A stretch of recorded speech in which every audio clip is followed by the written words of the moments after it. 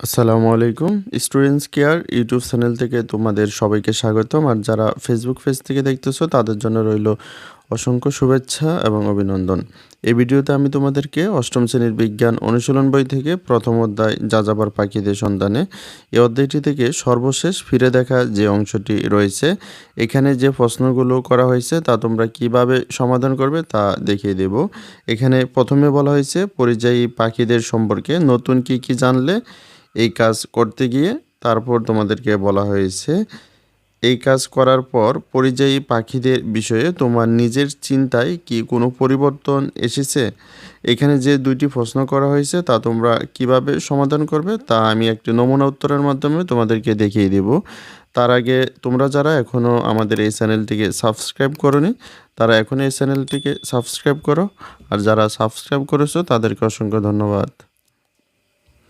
ফিরে দেখা এই অংশটির প্রথম যে প্রশ্নটি ছিল পরিযায়ী পাখিদের সম্পর্কে নতুন কি জানলে এই কাজ করতে গিয়ে, তাহলে এখানে এই প্রশ্নটির নমুনা উত্তরটিকে আমি যেভাবে লিখেছি, পরিযায়ী পাখি সম্পর্কে নতুন যা জানতে পারলাম তা নিম্নরূপ। পরিযায়ী পাখিদের ঠোঁটে ম্যাগনেটাইট নামক ছোট বস্তুকণা এবং তাদের চোখের রেটিনায় ক্ষুদ্র চুম্বককণা রয়েছে। পরিযায়ী পাখি তাদের নির্দিষ্ট গন্তব্যস্থানটি খুঁজে পেতে পৃথিবীর চুম্বকক্ষেত্র ব্যবহার করে। পরিযায়ী পাখি তাদের ভ্রমণপথে বিশাল দূরত্ব অতিক্রম করে। পরিযায়ী পাখিদের পরিযানের কারণ তাদের বংশবৃদ্ধি খাদ্যাভ্যাস সম্পর্কে জানতে পেরেছি। পরিযায়ী পাখি সংক্রান্ত আইনগুলো জানতে পেরেছি।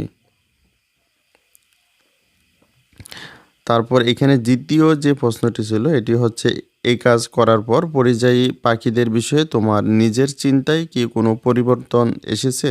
তো এখানে এই প্রশ্নটির নমুনা উত্তরটি আমি যেভাবে লিখেছি, এই অধ্যায়ের প্রতিটি সেশনের কাজ সম্পূর্ণ করার পর পরিযায়ী পাখি সম্পর্কে আমি নতুন অনেক কিছু জানতে পেরেছি যা আমার চিন্তার আমূল পরিবর্তন এনেছে।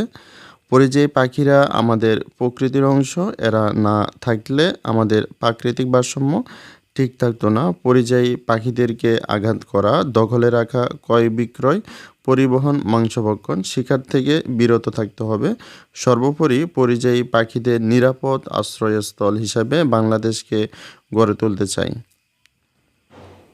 তাহলে ফিরে দেখা এই অংশটির সমাধানের মাধ্যমে এই অধ্যায়টি সমাপ্ত করা হলো।